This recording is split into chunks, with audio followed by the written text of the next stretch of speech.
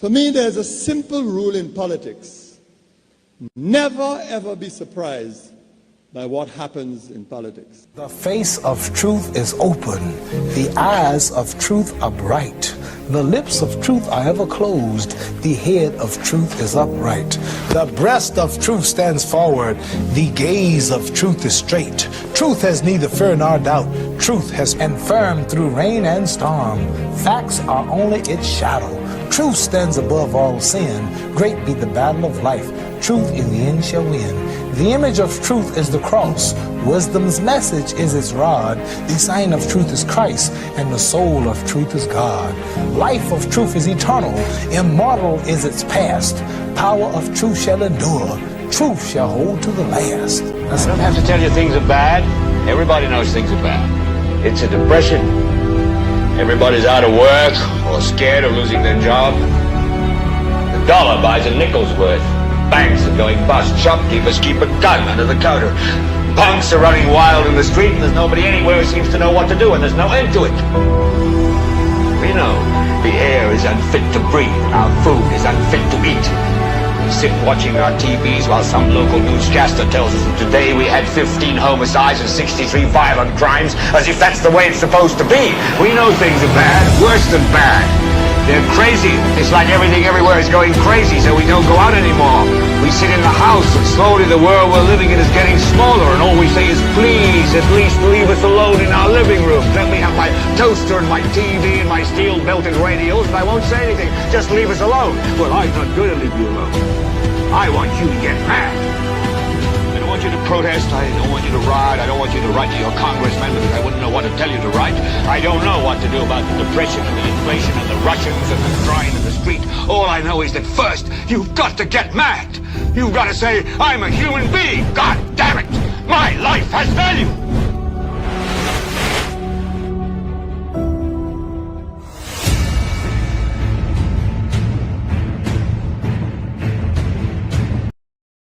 An attorney will be speaking momentarily on the government's 2.5% levy. Also, another attorney who is very much concerned about the island's worsening crime problem offers his services to the government of St. Lucia, in particular the Prime Minister, and is also saying to the Prime Minister, please enlist the support of the opposition. And a message from the Pope to supporters of the SLP who descend into body shaming when addressing critics. All that and more between now and 2 o'clock this afternoon on the program NewsSpin, the most monitored talk show in the world. You'll be able to call later at 452-2979, 452-2979. Your WhatsApp calls and messages 716-2026, and that is 716-2026. And we hope you're having yourself a fantastic day today. And as always, you're looking forward to us discussing the issues in the news and matters of concern to you. God alone knows that we have so many issues to focus on, and we'll be endeavoring to highlight those various areas. And I'll be going through the responses to our question of the day. And also, we have some of your WhatsApp messages from yesterday that we have not been able to go through. I'll be endeavoring to do that between now and 2 o'clock this afternoon. Right now, we are trying to establish contact with a particular attorney. And as soon as we do that, we'll be posing some questions to her because she has some concerns. That individual is no other than human rights advocate Miss Mary Francis. Good afternoon to you, ma'am. Good afternoon, Timothy. Good afternoon. Thank you so much for agreeing to speak with us on this afternoon's NewsSpin program. One of the two areas we want to address. What say you to it? Well, actually, I think it's a pity that George is not remembered. In terms of the contribution he made to our politics, I think he helped to sow the seeds of a new political consciousness in St. Lucia in the 70s and the 80s. He brought a new intellectual dimension to the St. Lucia Labour Party and politics in St. Lucia. These men in Lucia for the poor persons, because he should be remembered in a different way in St. Lucia. He was my hero, and also a political mentor for me, and for that reason, I want to our political development, And one of his famous sayings or quotation was that St. Lucia needs me more than I need St. Lucia. And when he made that statement, lots of people went down that one. He was too conceited to make such a statement. But what the man was saying then is that, he was a University of Oxford graduate. He could have been working outside St. Lucia and to bring about a new level of consciousness of people. And that's what he meant. And today I would say, the message that he tried to bring about, the ideas, it's still relevant because look at our politics. I think I should talk about it, of people, generally stubborn people. It is a bad timing. As it is from COVID, we are still recovering from COVID. There are lots of people who are still out of a job and loss of income. And to impose the 2.5 levy at this time, I think it is unfair. And the mantra of the government, of the Prime Minister, is that putting people first. But to me, that just remains in its mouth because it's a mantra. To tell me, whilst I could see the intention on the line but it was another time when there was more economic prosperity, but not now. If you say you're putting people first, you cannot impose this levy 2.5 right now, and I think that should be repealed because of the adverse effects it will have on people's human rights in St. Lucia. St. Lucia, I think, has signed on to the covenant, the International Covenant for Social and Economic, the United Nations Covenant. And Article 11.1 says that people are entitled, everyone is entitled to an adequate standard of living for himself and his family, including adequate food, clothing, and housing, and so forth. So when people are the kind of dire straits that they are going through in St. Lucia, how can you meet that human right? Definitely it has a bad impact on people. When you look at what's going on, all the school children, they said, have been committing violent acts in the streets and so on. You can link all this to what's going on to the social and economic problems you have today because parents are under siege. Parents are not working. They probably are frustrated. And then the children are in that kind of environment. So this can also be related to the whole economic problems that people are facing in St. Lucia. And what is the solution? Instead of helping people out of that, you're actually imposing this kind of new economic measure on them. I think it is reckless, it is uncaring at this point in time, and the Prime Minister should rethink. Because if you tell me you're going to put a health levy, at the same time, it's ironic that they are now borrowing all this money to go ahead with the hospital in St. Jude. I am not an economist, I'm not a financial person, but when I listen to the arguments, I have not seen any good reason put forward for going to the old structure, which will cost much more money instead of having the new structure completed. So, in terms of talking about health levy and this money, there are other main ways and means of getting money.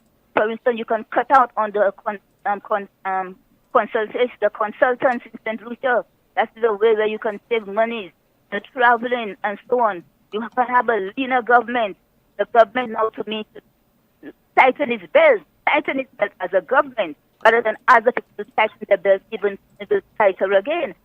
When I look at the way governance practice in this country, there is too much wild expenditure, and we have to rethink things and have other measures in place so that we can improve the financial situation of the country. But don't tell me you're going to impose 2.5 on us right now. I am feeling that there are lots of people who are and they're ashamed to speak. I'm not ashamed. And I think in terms of what is going on, it is uncaring, it is reckless to impose this thing. And I link it to George Odlum and the Labour Party and the party of the masses and the people. You can't be putting a party, putting people first, and that's what you are doing.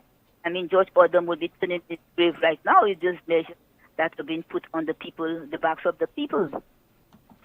When is ever a right time to impose taxes on people, Miss Mary Frances? Because every time there's been an imposition of taxes on citizens for one purpose or the other, whether it's an environmental levy or now a health and security levy, people take umbrage and people say this is clearly not the right time. But if you compare it, we've gone through 3 or 4 years of COVID. This is a different situation altogether. You cannot compare it to the times when the levies were imposed. We know the damage that was done to the economy. You know, lots of people lost their jobs, and it was very, very hard. And people are still recovering from this, mentally also. Psychologically, people are recovering, and then to impose this thing now, I think to me, it is just not the right time to impose it. I think it is reckless.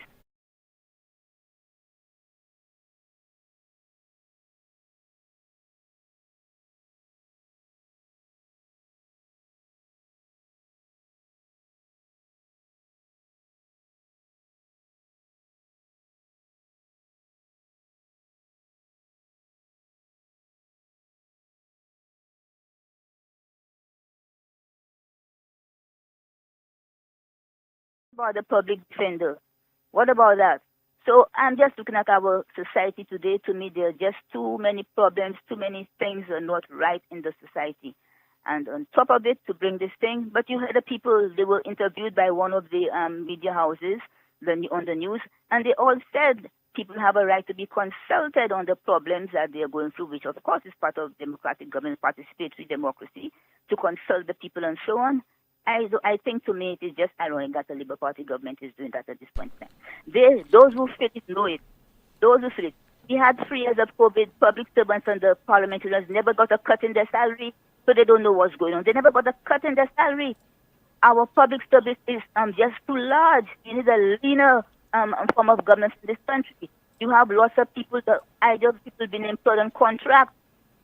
You have to pay out gratuity every 2 and 3 years. All those things should cut off presently, so that we can save money and the things which are necessary instead of going to the question of imposing new tax on people.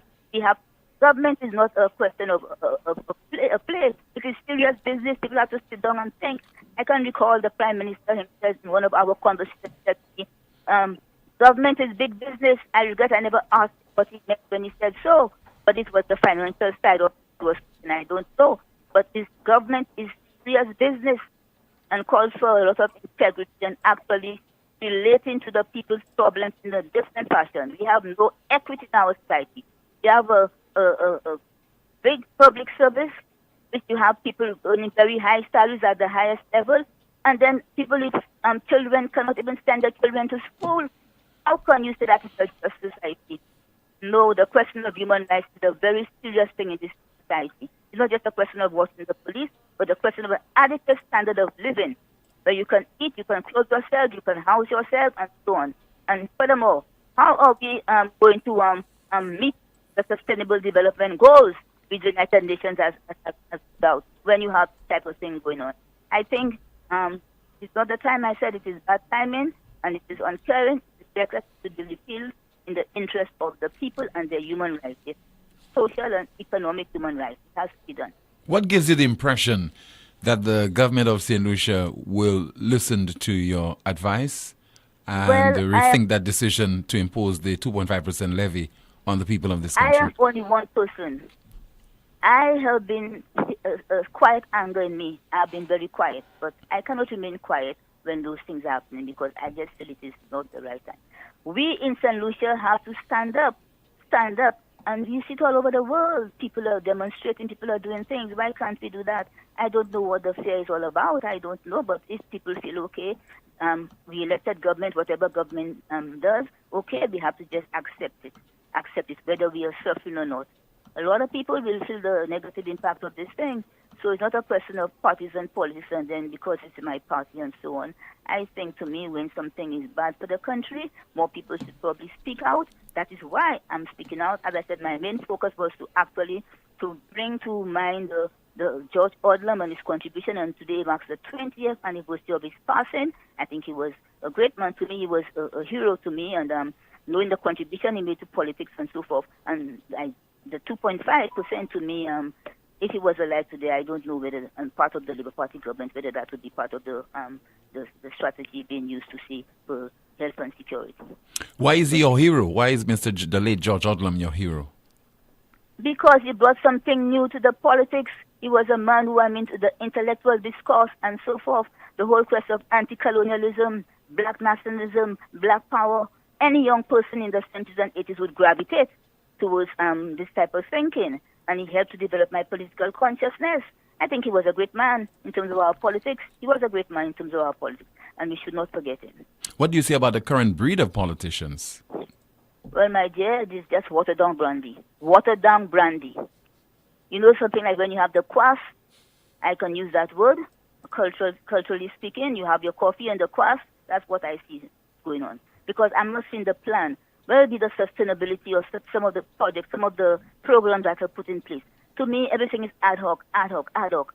I think there's a great difference between what we had yesterday and what we have today. A great, great difference. What people are coming there, whether it's for sacrifice, whether it's for country, I can see that is not the case. We have too many mercenaries in our politics, if I can use that strong language. You know the Wagner group they have in Africa fighting wars? The people who were there for what they can get and not their country, that is mercenary politics. And that must stop. Because they are causing all the crime and everything that is happening in the country. Because you can't tell me young men and people getting up every morning, there is nothing for them to eat. Nothing. They feel worthless. Life itself to them is worthless. You know, life itself comes worthless to them. They don't even feel like living. So then they do what they have to do on the streets and so on. I'm not condoning that video. But this is the reality. You have to be there. Those who feel it know it. And I can understand some of the things that are going on in this country. Why do you think that civil society is so quiet in terms of addressing those issues one way or the other? Because I don't think people are saying they necessarily have to support the government and the policies, all the policies, such as the imposition of the 2.5% levy. But people are not really speaking out on those issues. Probably because they've thrown up their hands and in despair. And said when things will never change, the more things change, the more things remain the same. Maybe some of them are just mercenaries supporting the party and they have to keep quiet because of what they can get. We must not deny there's mercenary politics in St. Lucia. People join up because they believe in the greater good of the country, believe in what they can get, and therefore they'll have to keep quiet. I don't know. That could be part of the reason. But what's happening in St. Lucia today, I think we need more people to sit up and speak out in the interest generally, because the St. Lucia, the country exists. I think you have to put it, the paramountcy of the party is not what should be in our minds today. Yes, we can support our party, but when things are not going right, it's our duty, because the country existed before the party. We exist before the party. We have to exist. If there are no people, there's no party. So we have to take a different approach. Those who know better, there are lots of people who know better in this country. They prefer to sit and keep quiet.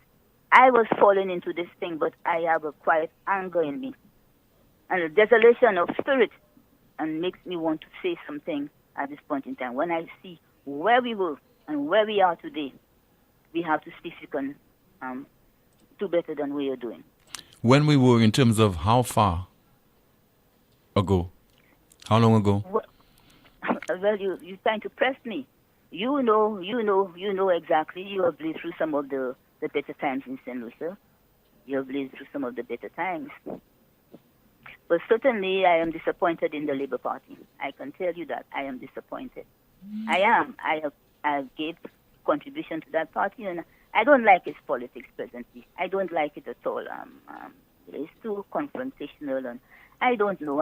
That's not what we need presently. When I see the young girls fighting in the street, I mean to say, to me, it's just a reflection of what's going on in our society today. You find a way that the government, some of them respond to the media, and even the Prime Minister, how he responds and so on. To me, that you have to look at it in terms of what's happening in the society. And going back to the economic and social problems, then you have mothers and fathers frustrated, getting up every day, and there's nothing to provide to the family. That has an impact on the children. They become frustrated also. And probably when they go out, they then lash out at one another in the street. I look at it and I be simplistic, but I think that could be part of the problem.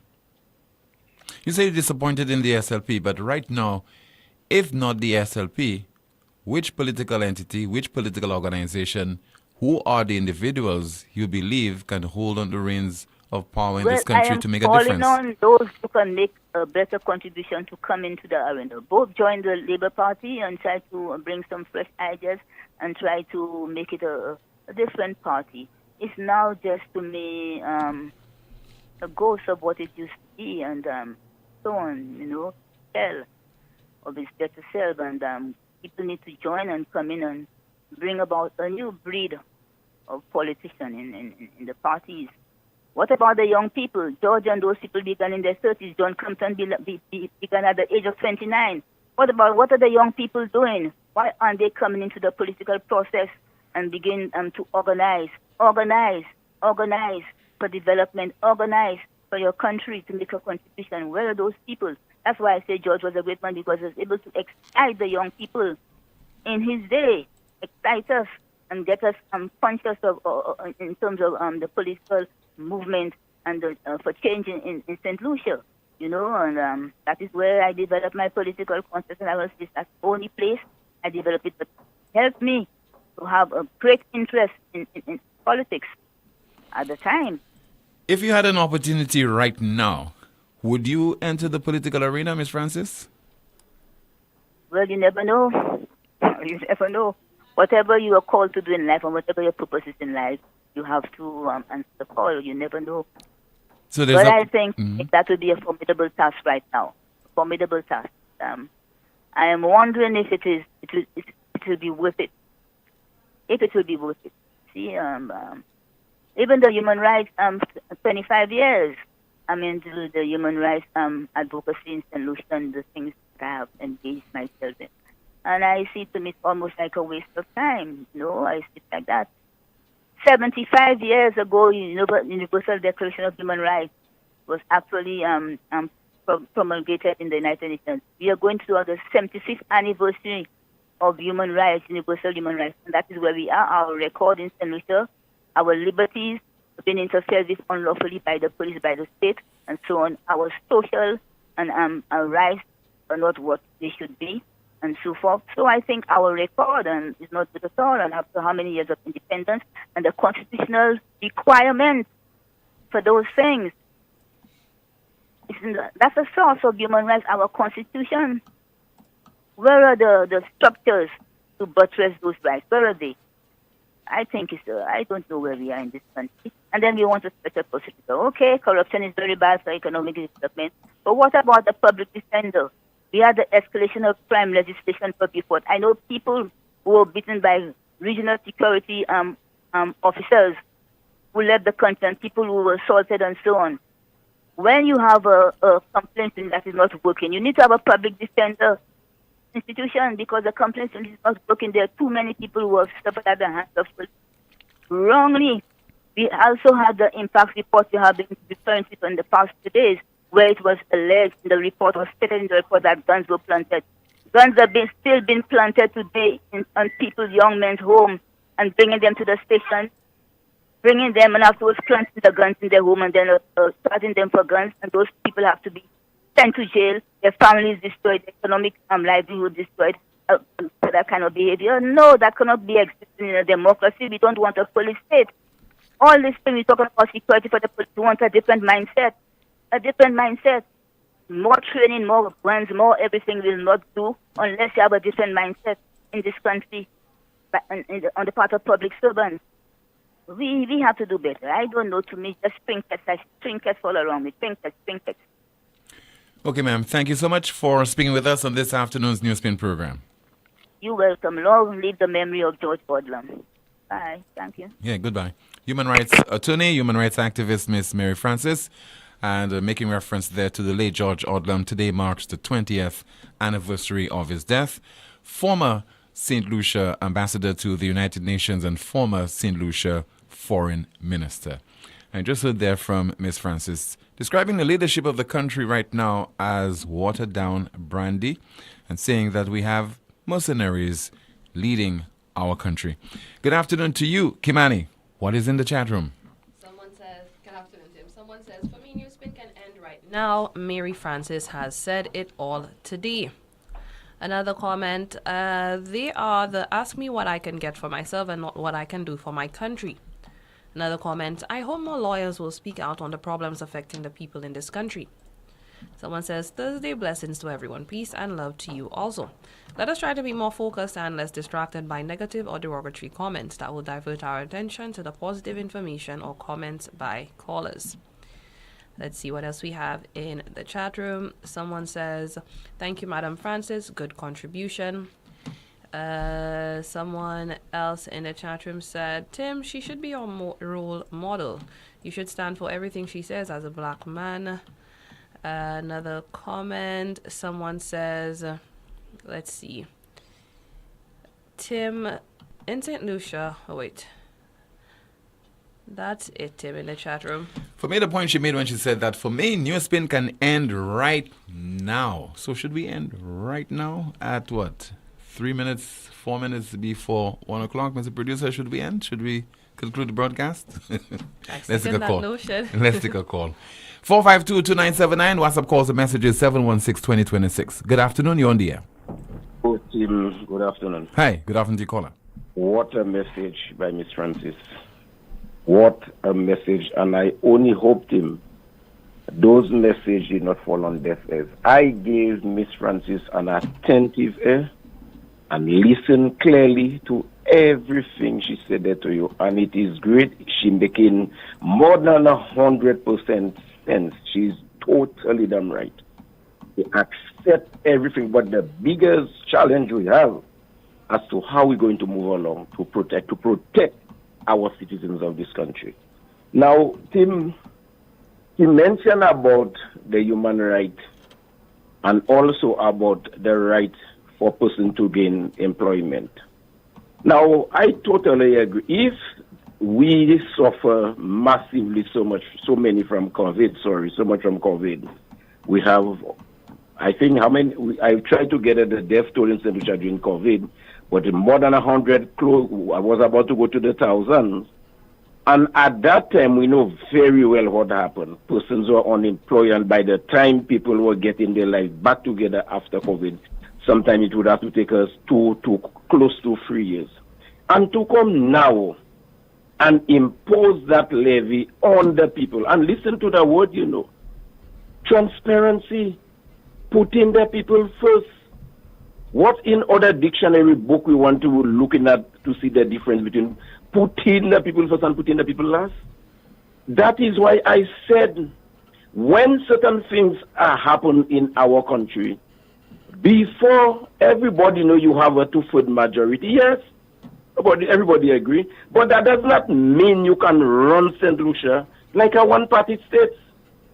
There is a lot of things that happen in St. Lucia. We need clarification. We need answers. Talking about our ports, $200 million borrowed, and that's just it. That's just sitting there, no question, no answer. And if, as a journalist, you proceeded to ask certain questions about that, all you would hear is stop. Must move on, man. Forget about that. We asked about the hiking costs in terms of person putting their own, putting their own bills. No, kill it. And we just have to, that is the democracy we are enjoying now. We don't want anything that has implication in the long run for our citizens, our young people in St. Lucia. Just leave it and kill it.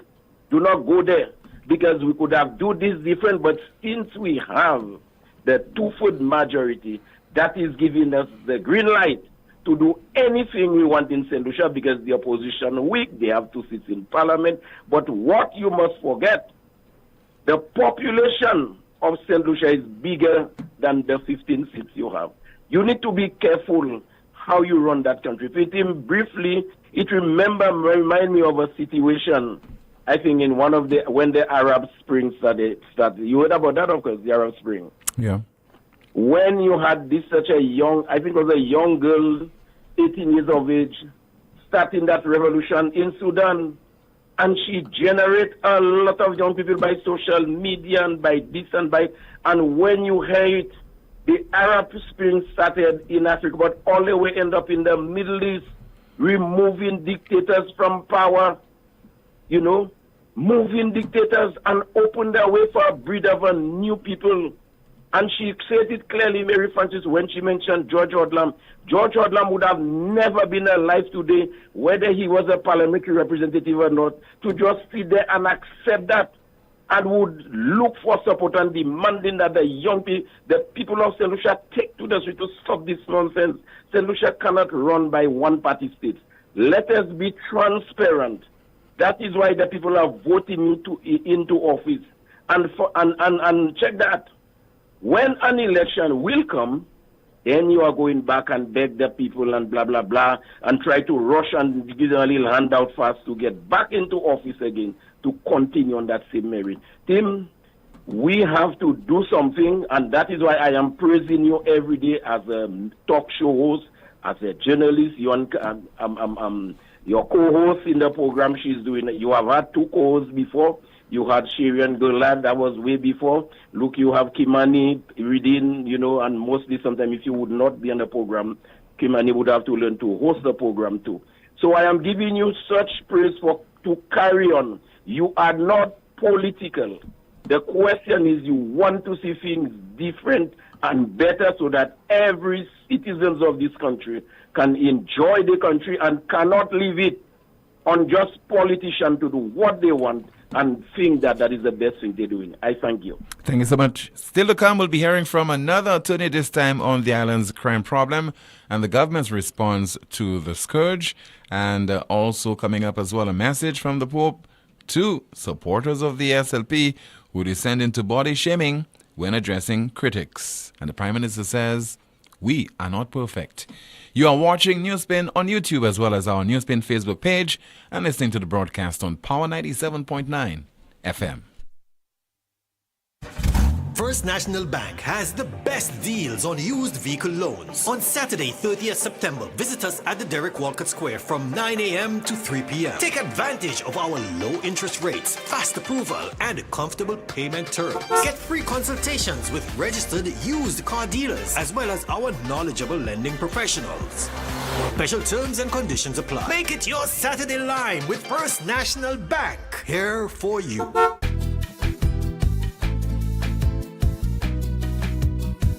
There is only one option when they arrive. Our services will make the dead look alive. With Bouteille and Beaufort accessibility. Remember, we have the only private cemetery. No one can match our prices from coffins to corsage. Personalized service you get when Lazarus take charge. Quality service, no package to make your wallet bleed. Lazarus is your true friend in your time of need. Contact Luselect before trimming or cutting down trees that are near overhead electrical wires. Watch out for power lines before you begin working on a ladder. Be sure that ladders or scaffolds are far enough away so that you and the ends of the tools you're using don't come within 10 feet of power lines. And never use any electrical appliance in wet surrounding outdoors or in the rain. This message is brought to you by Luselect, the power of care. KFC is taking you on a finger-licking journey down memory lane with our delicious throwback special. A mouth-watering leg and thigh combo with regular fries and a 16-ounce soda for only $15. That remind me of the good old days, boy. Available every Thursday. But wait, the thrill doesn't stop there. Tune in on Thursdays to win vouchers and stages tickets. Limited offers available in stores only. KFC, finger-licking good.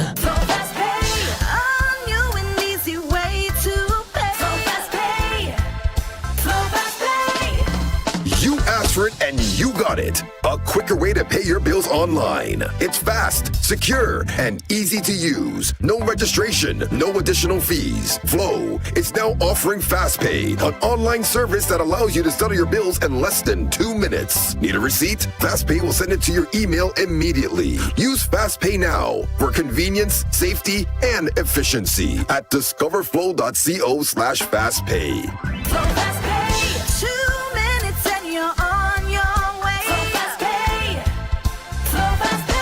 Flow is keeping you connected. Night Meds is your dependable neighborhood pharmacy. You'll notice that upon entry, you are greeted by caring professional staff, attentive to your every need. Your prescriptions are always treated with a high degree of confidentiality, and we pride ourselves on providing speedy, efficient service. We carry a wide array commonly requested over-the-counter products, and our prices are very competitive. We offer blood pressure testing, blood sugar, and cholesterol testing. We're open to fill your prescriptions Monday to Saturday from 8 a.m. to 8 p.m. Come visit Sadhu's gas station on the Miku Highway or call us at 572-6840 or WhatsApp 461-6840 for more information. NightMeds Pharmacy. We are your community med store.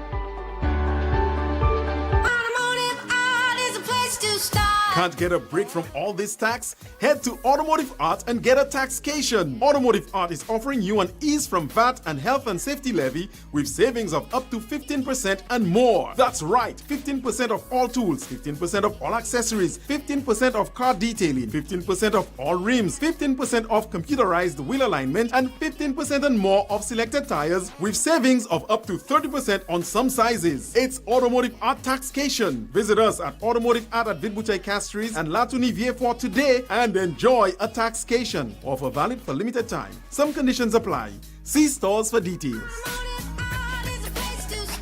Get ready for the second annual Zouk a Blanc.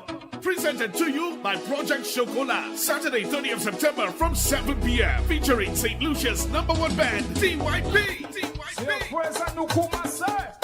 The always exciting Ezra, the Fun Machine, and our finest DJ, Hollywood HP, and DJ Shocking. Savor an evening of elegance, souk, and old school rhythms in the heart of Soufrière at Project Chocolat. Secure your tickets for just $80. Grab yours at any sell outlets island-wide or at Mambo's Bar in Soufrière. Tickets are also available online. Zouk a Blanc, a touch of white, where island vibes and cuisine meets pure sophistication. Admission $100 at the door.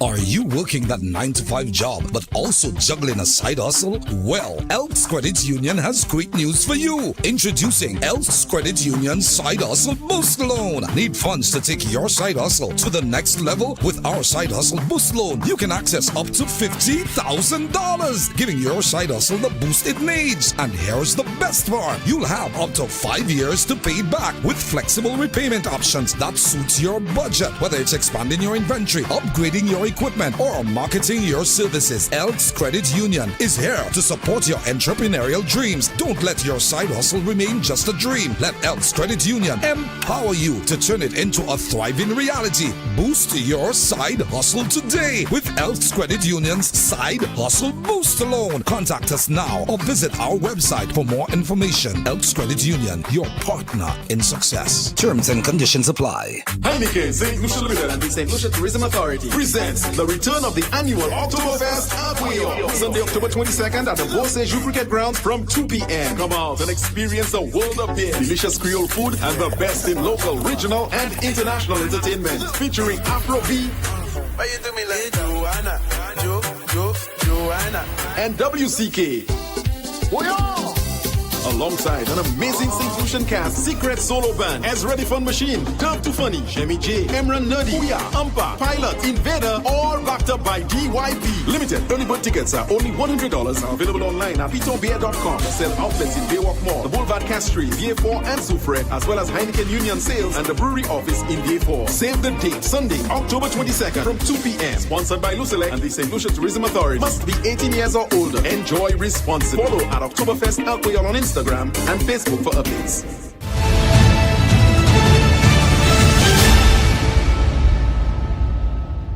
Feeling under the effects of taxation, high unemployment, the high cost of living, inflation is an issue. And it's a totally different thing when, for example, your leaders are telling you that the economy is buoyant and there's economic growth and we are doing so well and we are the leading country as far as economic performance is concerned in the OECS, and we are about number 8 in the world. But realistically speaking, you have the empirical evidence as individuals. You go to the supermarket, you understand what you are being subjected to. You look at what's in your purse, what is in your wallet. You look at your bank account, and you see that definitely it's not reflective of what the leaders are saying to you, those ministers with responsibility for propaganda. In the meantime, what would a supporter say to you? You have to wait your turn. That's what it's all about. Wait your turn. But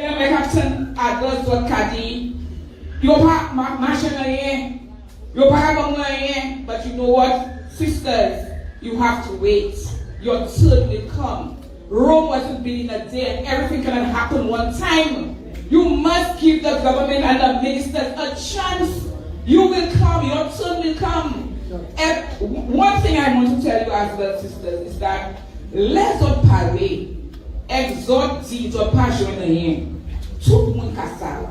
Mais lay your queers or exgo by what about guy pest on pakasal. Puchi. You must come out and say too. Give them the ratings, give them, applaud them for what they do. Let everybody know that yes, you will give it something as well. The same way you can say, oh, don't say nothing and wait. Wait, your turn will come. Wait your turn.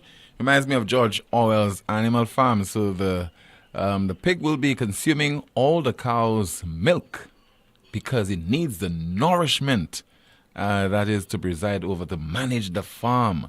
So wait your turn.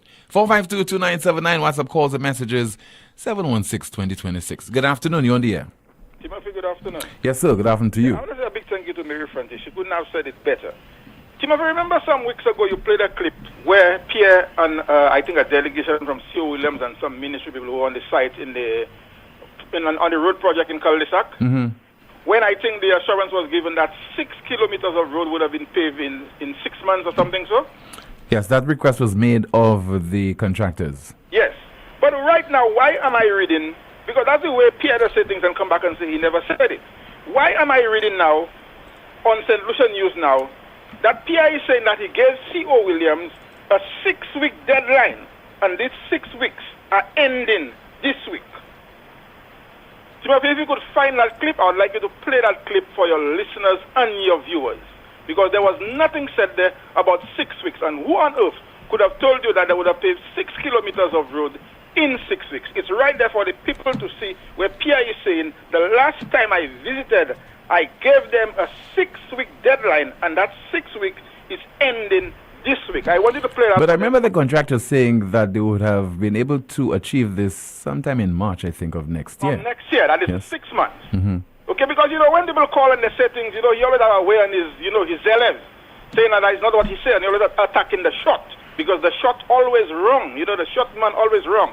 The shot one is the rural one. So I'd like you to get that clip and to play it for people, and people that realize you'll have access to online news. Go and check the news where he is saying that he gave C.O. Williams a 6-week deadline. That 6 weeks is this week. Good afternoon. All right, thank you so much for calling. And talking about tall and short, remember the statement by the Prime Minister of St. Lucia just a few weeks ago?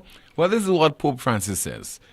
Pope Francis on Tuesday condemned body shaming among young people, acknowledging that he was guilty of doing it himself when he was a boy in Argentina more than 7 decades ago. Francis made his comments while speaking to university students in Asia via a video link. A woman from India told him about how, when she was a teenager, she felt embarrassed. And continue that story, she felt embarrassed and inferior to her classmates because of her weight and body shape and had suffered from bullying. Regardless of you being fat, thin, short, tall, the important thing is to live in harmony. Harmony in your hearts. Every man, every woman has their own beauty, and we really have to learn how to recognize it, he said. That's the Pope. Regardless of you being fat, thin, short and tall, the important thing is to live in harmony. Harmony in your hearts. Every man, every woman has their own beauty, and we really have to learn how to recognize it, the Pope said. I know that you guys will not even subject yourselves to that kind of correction, that kind of direction that you've been given by the Pope, because it's all about politics. And it's all about trying to degrade people. I can imagine what you'd be saying, some of you at least, who would be describing Miss Mary Frances as a nuisance, how you'll describe her, what you'll say about her, how you'll try to degrade her, belittle her, and forget about the message, the tenor of her contribution this afternoon. And when it suits you, if, for example, a supporter of your party were to be injured, was supposed to lose a limb, lose a leg, lose an arm, come out, you comfort that person. So sympathetic. No body shaming there. It's one of y'all. Because that's how we see things. From the perspective of he's not one of us, she's not one of us, because we are SLP, that person is Flabo. Or UWP, that person is SLP, and so on. The one thing that we all have in common, we are members of the human race, and from the perspective of St. Lucia, we are all St. Lucians. Kimani, what's in the chat room? And in a moment, we'll return to the calls. Someone says, I have told all St. Lucians to demand $60,000 for your vote from every politician. That way you won't have to wait no turn whilst the hacks getting all the jobs and money. Someone says, the economic crisis is global and bear in mind everyone's circumstance is different and so is their spending power. Tim, what has become my biggest problem is that saying protecting the victory. With so many things that's happening and affecting us in the country, are those things happening because of protecting the victory at any cost possible? Politicians must listen to themselves and not believe that they are only talking to the foolish. Another comment, hooray team. We have 2 lawyers who are protesting and 1 doctor who sees madness in the country. Where are the other concerned citizens? Where is the National Trust? Where is the Integrity Commission? Someone says, caller, you will beg for transparency till the cows come home to no avail. Mary Frances has been consistent over the years, an important character trait missing in our politicians. Someone says, caller, stop blaming the government. The electorate are the ones foolish in thinking that voting any government in without a sound opposition is a win. You only get the government you deserve. Someone says, when in opposition, they spoke about transparency and accountability, but now these 2 words are not in their vocabulary anymore. Another comment in the chat room, this is the most honest, non-political commentary by a St. Lucian in a long time. Let's see if you have a call, 452-2979. Good afternoon to you. This is NewsSpin. Hi, Tim. Hi. Hi. Hi. Good afternoon, ma'am. I'm okay. Okay. Hi, Kimani. Hi. Hi. Hi, Tim. Has there been any increase in the water bill? Because I got my water bills, and in fact, one has doubled. It went up by 100%. Wow. So there has not been any such announcement from WASCO. yeah, because I mean, I am kind of puzzled. Why is my bill doubled? And most of the time, I have no water. So it's like I need to answer from WASCO. Why is my bill doubled? Has there been an increase, or is it the 2.5%? I don't know, but I need some answers because I need to know why my bill is so high. In fact, both of my bills has increased, one by 100%. So I'm not sure if anybody else, have received high bills. I know Lucilec went up, right? So has water also gone up as well? Like I said, I'm asking, I don't know, because my bill has definitely showed an increase, significant increase, right? So I need to know from WASCO whether there has been any increase on our water bills. Team, Miss Mary Frances, very good contribution from her. George Odlum, I did not know him very well. I heard of him. I heard he was a great leader, but I don't know very much about him. Something else I want to highlight him. I have in the past, but I would like to highlight this again. The 100-pound cylinder, that's the gas cylinder, it is $300 plus. Team, in my area, I have 3 widows, elderly people, who are using, the 100 cylinder because it's convenient for them. Because the truck brings it to them, they don't actually have to go and purchase it themselves. And I think the government is really wicked, Team, to impose $300 plus on widows. Like I've said in the past, it's not only business places, who uses the $100 tank, the $100 cylinder. Poor people are using it as well. So it's $303.53. Yes, that's criminal. It was previously $284.98. Exactly. That is criminal. But the government will also tell you, ma'am, that it is being subsidized. Even at the cost of $303.53, it is being subsidized. I need proof of that, Tim. I need proof. If it's been subsidized, I need proof of that because I don't believe that. So it could have been even more. Yeah, right. Mm-hmm. Tim, if I have to, the 5, I think 40 pound, the smaller bottle, 5 of it is equivalent to the 100 pound. And I think it's about $40 for one. So if I were to purchase that, I would have a much bigger saving than the $100. And Tim, if you buy in bulk, if you buy larger amount, normally you pay cheaper, right? Mm-hmm. So why is it that the 100 cylinder is so much more expensive if you buy in a larger amount? Why is it so much more expensive? I find this government is really wicked, and I think they need to do a survey and go around to find out who is actually utilizing the 100-pound cylinder gas. And it's not only business places, but some poor people are using it because of convenience. Okay, Tim? Okay, ma'am. Thank you. Thank you. I'm waiting for Mrs. Albert to open this passport office and also to carry out the investigation. I'm still waiting for that. Yeah, by now we should be getting the results of the investigation, not carrying it out. But if she has not started, I suppose it's never too late to start. So if she has not started, the next elections will come and go and will not get any outcome with regard to that promised investigation. Trust me. Everything else, Tim. As everything else in St. Lucia. Seriously. I mean, everybody's feeling the pinch. I am certainly feeling the pinch. So I don't want to wait for my turn. I want it now, Tim. I don't want to wait for my turn. I want it now because I am feeling the pinch. Okay, ma'am. Thank you so much for calling. We have a WhatsApp call. Good afternoon. This is NewsSpin. You're on the air. Good afternoon. Yes. Good afternoon, Tim. Hi. And how are you? I'm okay, caller. Good afternoon to you.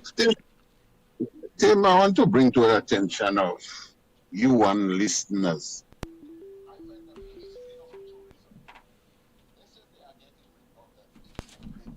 Tourism sector. And for some reason, Tim, as a taxi driver, that's the greatest madness I've ever seen in my life. Like the ministry doesn't know what they're doing. They are issuing plates blindly all over the place. You already have a contracted industry where nothing is happening. We as members of taxi drivers are part of organizations. There are so many regulations they are asking us to do. And now I'm seeing they are issuing plates on any vehicle, any condition. And in our time as association members, they want your vehicle to have fire extinguisher, to have this. I've seen vehicles that they have issued new plates. It doesn't even worth carrying regular passengers on it, far less visitors. And it's just crazy thing. Crazy. That's the craziest thing. And what I'm saying, you're going to have a lot of chaos in that industry. When it opens and when we tourism looking to pick up, if it should ever pick up. Because all what I'm saying is a disaster in the taxi sector right now. Okay, caller.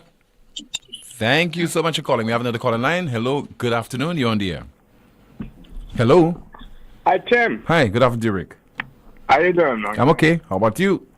I'm good. Tim, let me, before I even start, let me again congratulate you. And what was your guest name? I keep forgetting. Giovanni James. Yeah, I want to congratulate you yet again and Mr. Giovanni James. I knew his father very well, and I'm hoping I can reach him. That young man was so well informed, so articulate, and so courageous. And I guess how old would that guy be? 38, 40? Maybe late 30s, yeah. Early 40s. Late 30s. And you wonder how many people there are like that in St. Lucia that have decided to opt out of the system or go away.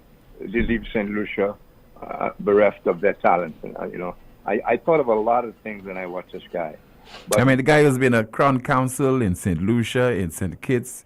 He has been at the RSS. He's an attorney.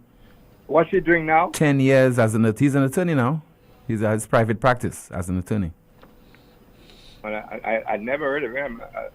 Well, not that I'm following court cases, but you know, I thought of that last night. Guys like that ought to be among the leaders of our country, but unfortunately, they have to get elected, and the audience has to be sufficiently appreciative of the value of people like that, to vote for people like that, and not for scumbags. But we seem to have an addiction to scumbags. Anyway. And when you vote for such individuals, ensure that that they are accountable to you on every occasion or every opportunity. Yeah? Don't. You understand? You know I'm slow, Tim. So don't go too fast on me. I'm saying that as soon as you elect them into office, ensure that you keep them in check. Keep them in check. Don't spoil my day, yeah. Please. So hold on there. The guy is an attorney at law in private practice. Worked previously as special advisor to the Prime Minister on national security. Right. That's okay. That's why I'm saying it's a pity guys like him, because you don't just want one. Mm-hmm. Guys like him do not form part of our governance, our leadership. You know, guys like him. That guy was so clear. He was. I mean, I didn't disagree. I didn't agree with everything he says naturally, because I know what I know and he knows what he knows. I'm older. I'm more involved. I was far more involved in some of the things he talked about than he was old enough to be. So, but that's not putting him down. But the point was, he was so clear in what he said. He's obviously well read. He has experience, and he's not afraid to speak out, Tim. Why is it we can't get guests like that, of that caliber and background, to come and talk openly? And the guy was careful. He was cognizant of the political environment, you know. Yeah. So he didn't go too far and some partisan, but he stated things as they were. Like when I stated to him that it's more than a coincidence that every time there's a new administration, within days there's a new police chief. So how can you have any continuity or any plan? But we discussed that already. So I'm just saying, I wish there were more people like him that we could find, or would present themselves to come on your shows. You don't have to be a celebrity to come on these shows.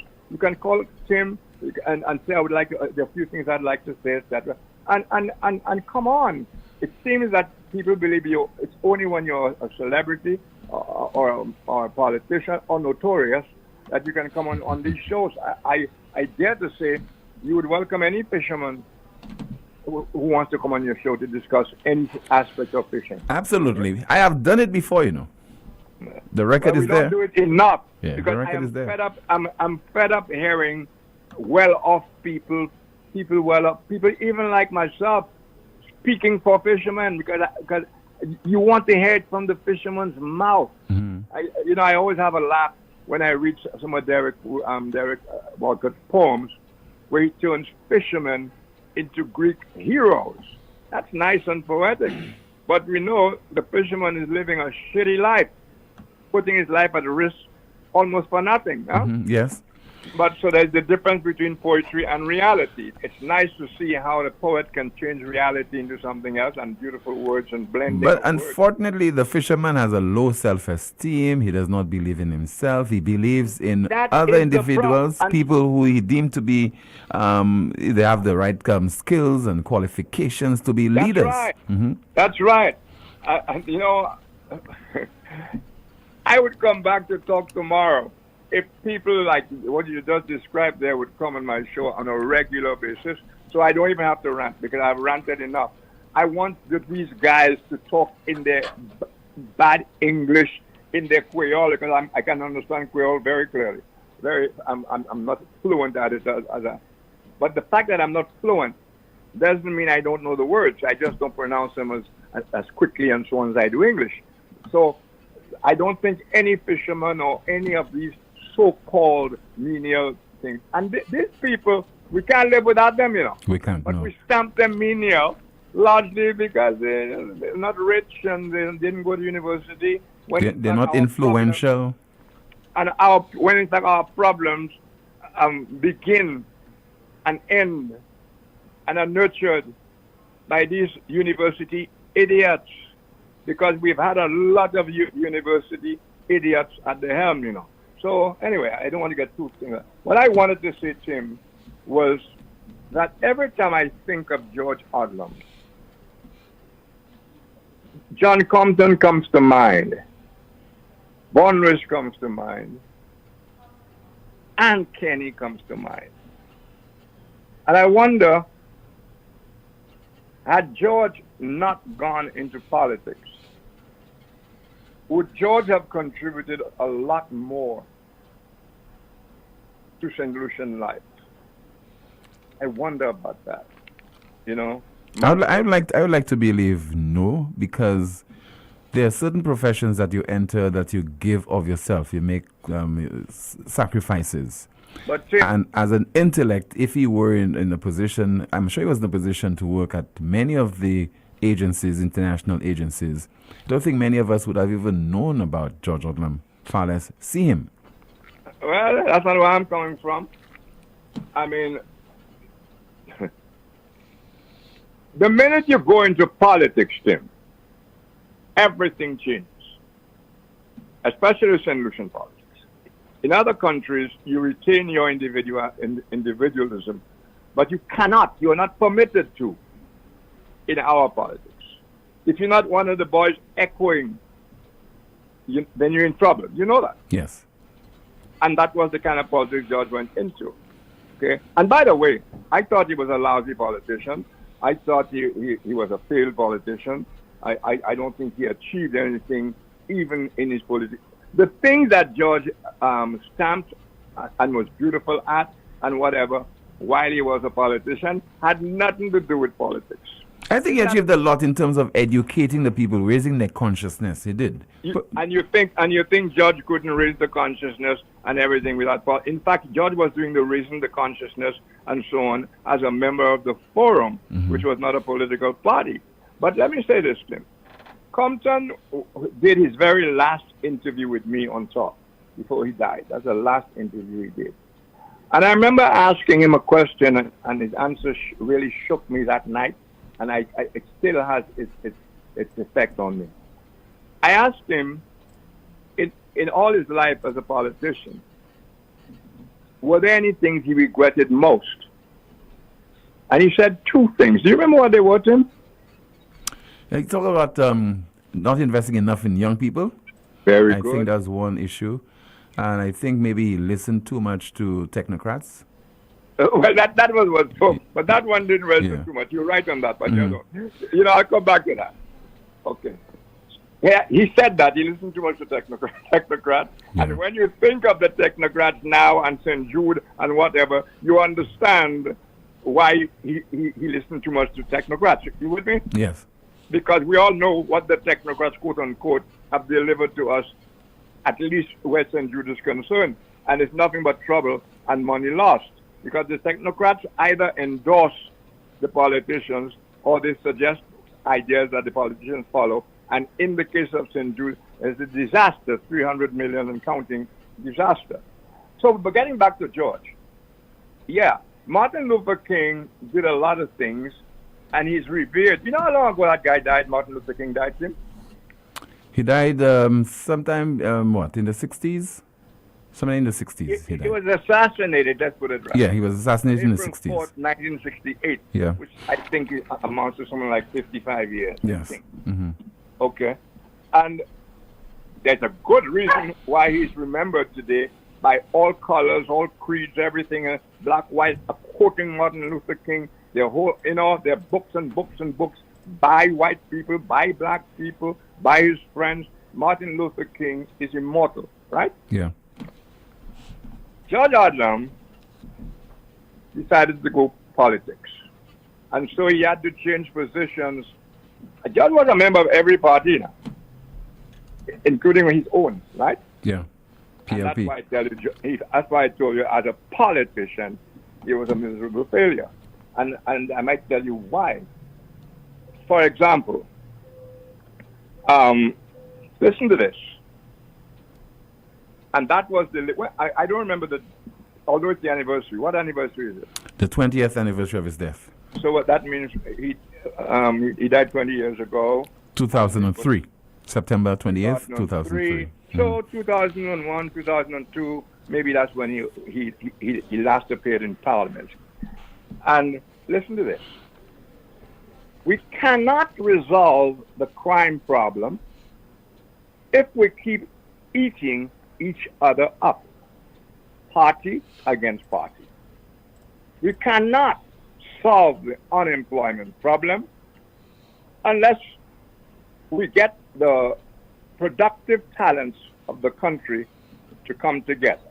Let me read that again. We cannot solve the unemployment problem unless we get the productive talents of the country to come together.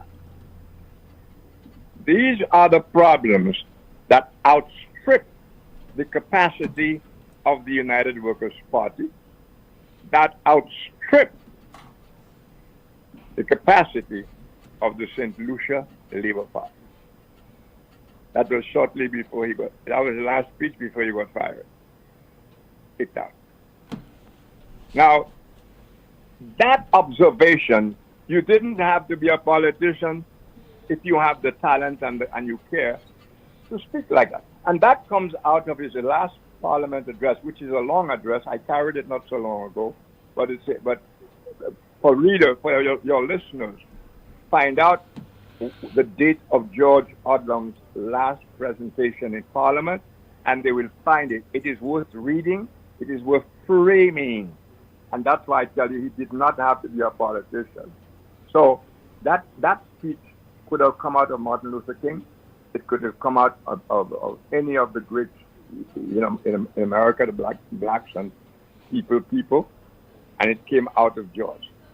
And most of George's really profound speeches, Tim, are not to be found in the Crusader, or from the platforms. It's in Parliament. He adopted a different persona in Parliament. Now, I know a lot of people are going to think about the things that went wrong and all George's games and whatever it is. And that's why I say I wish he hadn't had to do that, because those things overwhelm the words of wisdom, the inspiring words. Because the minute we think of, especially in St. Lucia, the minute we think of Odlum, he left the party, or he said that, it all has to do with the worst aspects of politics. And those things cloud. None of us is perfect. Those things cloud the soul of the guy. Because those words have to come out of your soul, Tim. Those are not words that are just on your lips. And they will remain wise long after we are gone, because the problems of St. Lucia are only getting worse and worse, the problems he identified, and the consequences will grow and grow and grow. So I don't see any kind of amelioration anytime soon, because it will involve a radical sea change in the attitude of St. Lucian, the St. Lucian people generally, and in particular the politicians. But the people generally will have to change radically so that they elect like Kenny Anthony said, so that they elect the right people who will in Parliament talk like that and not suffer the consequences or whatever. You know what I'm saying? Yeah. So look at Von Lewis. Von Lewis, Compton, I remember what Compton said. Compton said he regrets he didn't do enough for the young people. He regrets he listened to the technocrats too much. And he regrets most of all that he ever brought Von Lewis into politics. And I hear he's not doing too well, Von Lewis at the moment. I wish him well. But politics destroyed. And sadly, I have to say, George was part of that mechanism that destroyed Lewis, the Tushu aspect, and so on and so on. So George was by no means perfect. And I think over and over, would this guy have served St. Lucia a whole lot better had he shown no particular interest in partisan politics? You see what I'm saying? Yeah. And while I am saying that a young man who was in your show, we need him in politics, then again, I think it over and I said, do we really need this guy in politics? When are the people of St. Lucia going to recognize people like that guy away from politics? When will we go and find people like that and get behind them and make them powerful enough to bring about change? We don't, Tim. The only people we follow like sheep are these crooked shepherds. We follow them, and at the end of the day, they get fatter and fatter, the shepherds, while their sheep get skinnier and skinnier. And some of the skinny sheep even make excuses. They tell you they're fat. They're fat. Or what you want? You want me to get obese? Yeah. You know? They're dying of hunger and everything else. Skinny as bones.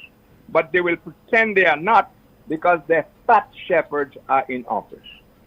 The shepherds getting fatter and fatter and more grotesque by the minute, but they will support it no matter what. And that goes for the technocrats, Tim. Everybody, the lawyers, all of those guys who would not be talking to certain politicians because really they're out of your natural environment, because these are dumb people, Tim. Dumb people whose tongues are like toilet bowls, etc. Every time they open their mouth is a nasty make-way of the worst kind, usually attacking women in the worst way. And then you see women following those guys. If you close your eyes when women are talking in parliament, it's like listening to the worst males in that parliament. They echo. None of them is coming up with anything that is a woman thing. Kimani, I hope she can relate to what I'm saying there, because you elect a woman and not a man, because if you expect that woman to go into parliament and represent problems that are peculiar to women. Problems that are peculiar to women. I think, I don't, if you are thinking women in parliament, I would not suppose they have the need to put out sanitary things on display. I mean, I'm not old-fashioned. You just don't do that. You know, you don't pull out condoms you know, you don't do those things. You can talk about tax breaks for women and say what it is without going through all these, you know, I don't know how women feel. We always pretend we as men know how women feel. We don't. But a woman would know what it is like to be raped. See, I was not always a lad, you know. I'm telling you, there was a time when I thought, what's the big deal with rape? Most husbands are raping their wives anyway, by which I mean, whether the woman wants it or not, she has to please him. Well, that's coercion, isn't it? Yes. Whether you take a vow.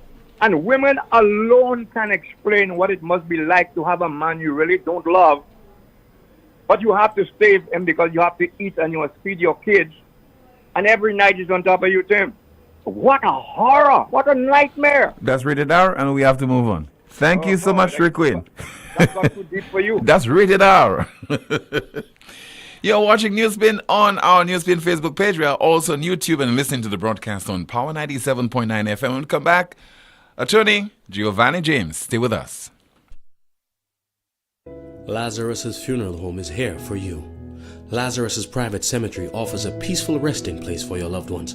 With tranquil settings, visitation, and reflection, we believe in the compassionate care of all our departed loved ones. Lazarus's Private Cemetery, let us help you create a final resting place. Make it special. Make it Lazarus's Funeral Home, your friend in a time of need. Payment plans are available for tombs. Call us in Vidbuta at 452-7491 or in New Dock Road, VA4, 454-6555. To protect appliances from lightning, rain, and floodwater damage, unplug them, then turn off the main switch. Lightning can produce electrical surges which can damage equipment. Protect your electronics from water damage as well. Make sure you have flashlights, battery-powered radios, and extra fresh batteries available. Be smart, stay safe. First National Bank has the best deals on used vehicle loans. On Saturday, 30th September, visit us at the Derek Walcott Square from 9 a.m. to 3 p.m. Take advantage of our low interest rates, fast approval, and comfortable payment terms. Get free consultations with registered used car dealers, as well as our knowledgeable lending professionals. Special terms and conditions apply. Make it your Saturday line with First National Bank. Here for you. So let's pay.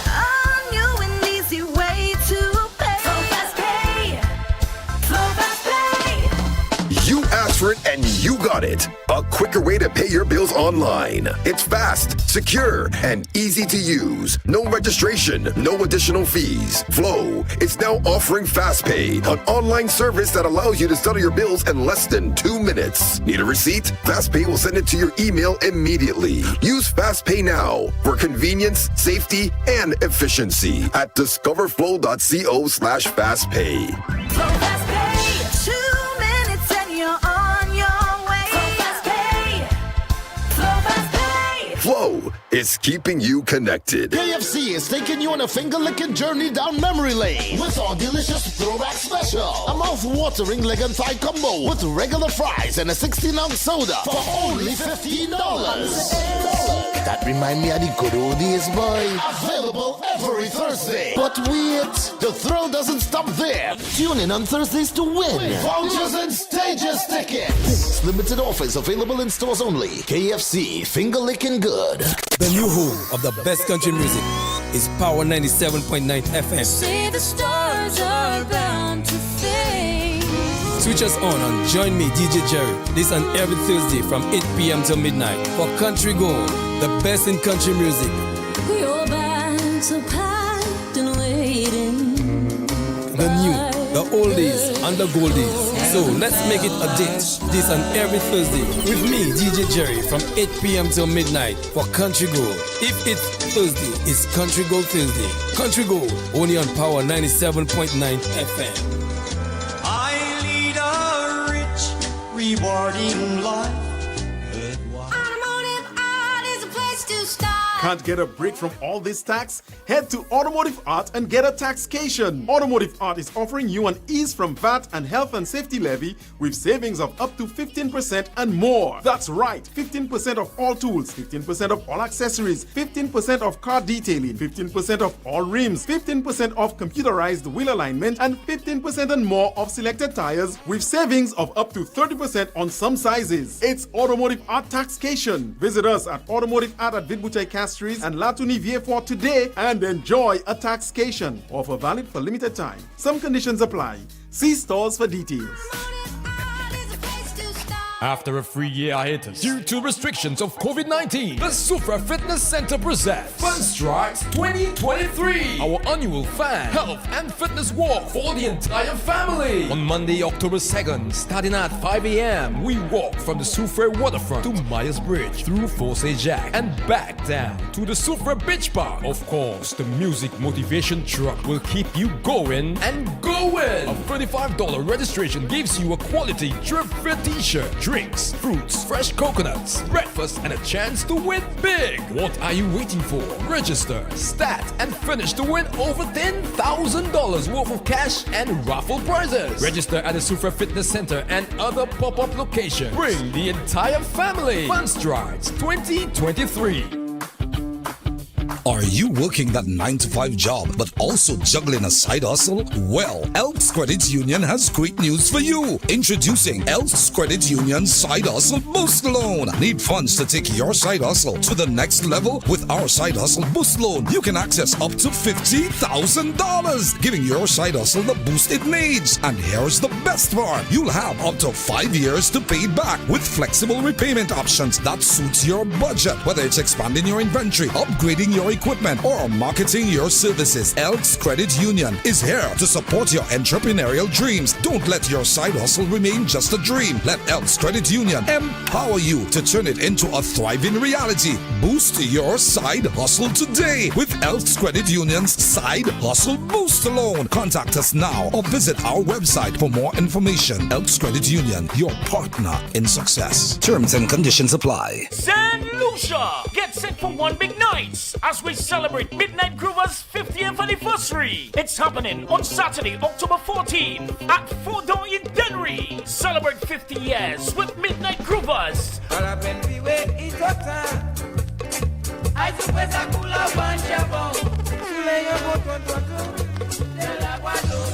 Also featuring the Secret Solo Band, Prosper, General Bass, Ali Katz, Mishak, and your 2023 Soca Monarch King, Imran Nerdy. Music by DJ Cleus, DJ Camo, and Ronnie Dread. Early bird tickets cost $75. Regular $100. You pay more at the door. Get your tickets over at Steve's Barbershop in Castries, Anthony's Jewelers, all the sell outlets, the Shelter Bar over in Babano, Falco's Bar in Richmond Dennery, Plants Place in Dennery, and Seamay's Distributors in Latuni View Forts. Sponsored by Blue Waters, First National Bank, Little House in the Woods, Courtesy Taxi and Tours, BB Rum, MBC Real FM, Hot 7 TV, Liberty FM and TV, powered by Root Boy and endorsed by the Folk Research Center. Saturday, October 14th, Midnight Groovers 50th anniversary inside 4-Door in Dennery. Make this your lime. Get your tickets.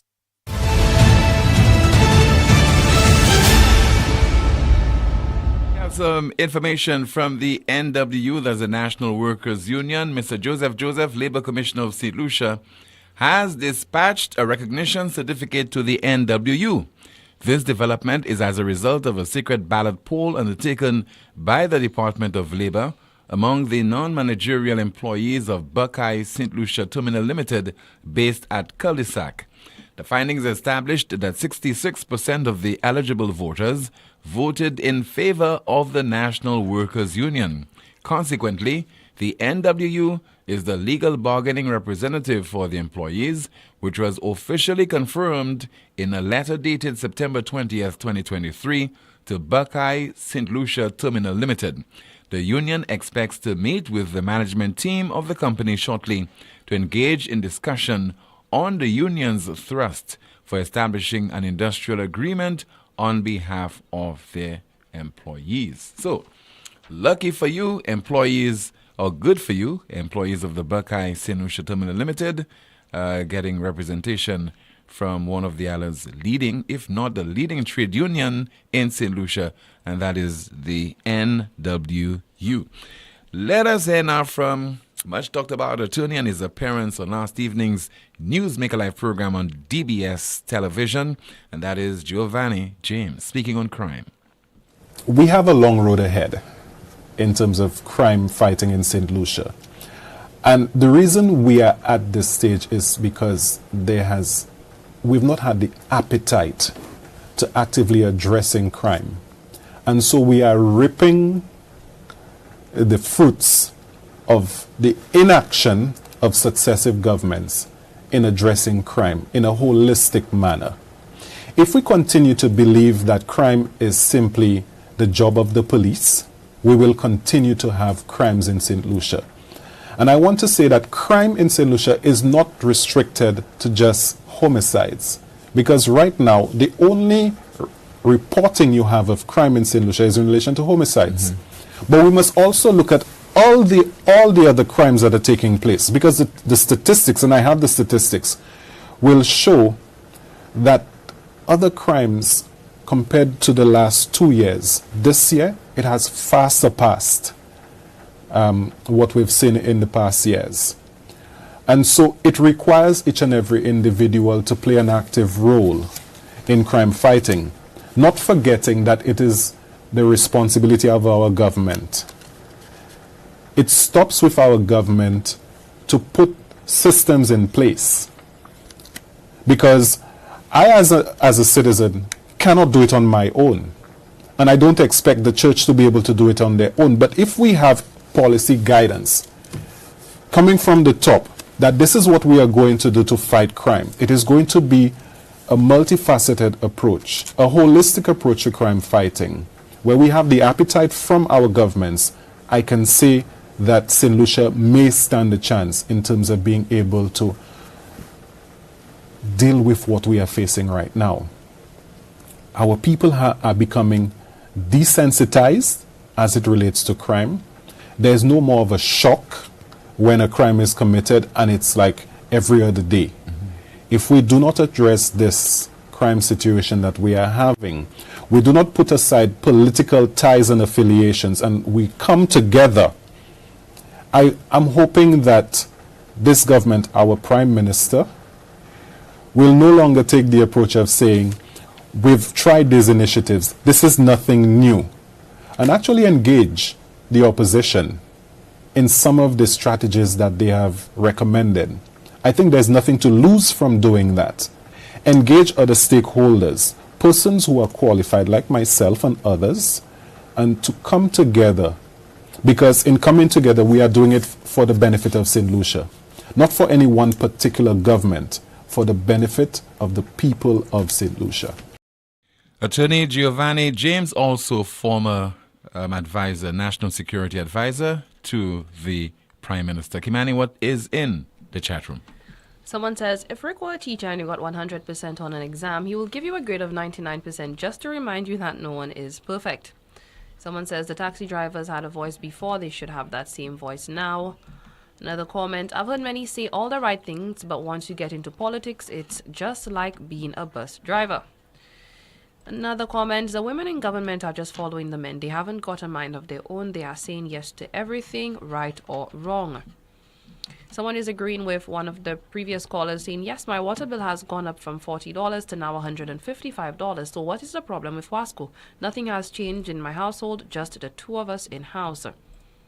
Someone says, Tim, I cannot wait my turn. I want it now. Someone says, the cost of transporting the 100-pound gas cylinder also makes it significantly more expensive than using the smaller tanks. Another comment in the chat room, yes, my lady Wasco, you're not the only one. It is crazy. And some other comments in the chat room, on point, Mr. James. Let's see, someone says some of them was promised $10,000 and up to now they have not gotten it. I hope next election they learn their mistake. We have a medical doctor in line, and that is Dr. Sylvia Wilson. Hello. Good afternoon to you. This is NewsSpin. You are on the air. Hello, good afternoon to you, Doc. Hi, good afternoon. Yes, good afternoon, Jim. Good afternoon. It has been days of trying to get you. Today's your lucky day. And especially, yes, and just a few minutes, I have so much to say. Yeah. You know, and that is concerning. I've listened to a lot of the arguments on the St. Jude's issue, and I go back to the time when I entered the profession. I started here in 1990, and Sir John had the layout for the new hospital. Okay, and discussion it should be built on the old V8 Victoria Hospital, or whether it should be built on the old Victoria Hospital, or whether a new site would be selected. And the reason for selecting a new site was the electricals and the plumbing of the old site was no longer relevant to a modern structure. Now, when we look at the old St. Jude's, whether the electricals, and I heard the former Prime Minister say that there is no character in the box. But we have to look at the services that are being rendered to the population, whether we will be able to have the modern emergency room, the modern intensive care units, the cancer services, neonatal, which is for the newborns and so on, maternity services, with surgical services, and a number, even neurosurgery and burns services. So the fact remains, this is something of national importance. And I see a lot of politics being played here and this and that. But what we need to understand, when somebody gets involved in an accident or somebody has to go on dialysis, no question is asked whether you're red or yellow. Okay? And on our passports, we do not see red or yellow. We don't see solution. So the question of the healthcare is very important to every solution. And are we going to use another $100 million or $200 million to invest in a structure that in the next 10 years we will have to be looking for some other place, because if the electricals cannot maintain the equipment in the operating room or in the intensive care units or in the obstetrics or the maternity and all of the services that are supposed to have equipment that requires, that is more than, don't even ask x-rays, CT scans, x-rays and so on. You're going to look for another fire at St. Jude's Hospital. So we need to think, it's not a question of winning votes, but it's a question of whether we are delivering the services to our people. But Dr. Wilson, let me ask you, so why haven't we heard from the St. Lucia Medical and Dental Association on this issue? Well, ask the Medical and Dental Association president on that. Mm-hmm. But I am talking on a point of view as a St. Lucian and as a professional. Mm-hmm. You understand? Because in the next 10 years or next years, we will still be faced looking for a proper hospital, because we have to take into consideration we have an international airport with flights coming from all over the world. All right, and if you look at hospitals around the world, it's not 24 buildings all over the place. You understand me? You need to connect. We need to connect the services. Let me give you an example, okay? Mm-hmm. Let us say, for example, let me just give you a small example. Okay, a pregnant woman is about to deliver, all right? And she goes through let us say, from the emergency room or the maternity. Sometimes they go straight to the maternity. But from maternity, you will have to go to the neonatal units, because if the baby has any problems, you'd have to go to the neonatal units or sometimes to operating theater. And these are supposed to be services that are connected. You cannot move from go outside and come inside and go outside. No, this is not logical. And look at the hospital next door, Laminar. Yes, Laminar, it's you have a 4-story building, just surgical, okay? Neurosurgery, that is sort of brain and so on, bone surgery, eye surgery, just surgical units and intensive care services. So are we being serious in this country when it comes to healthcare?